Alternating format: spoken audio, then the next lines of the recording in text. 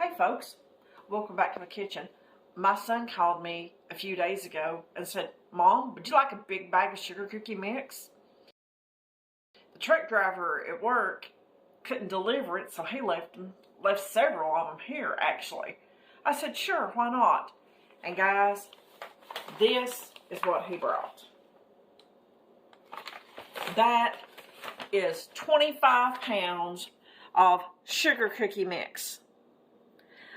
Actually, there's the directions on it for larger sizes, and I have it broken down to a more manageable size. But do you ever wonder what 25 pounds of sugar cookie mix looks like? We have 4 half-gallon jars, and I have 4 Ziploc bags.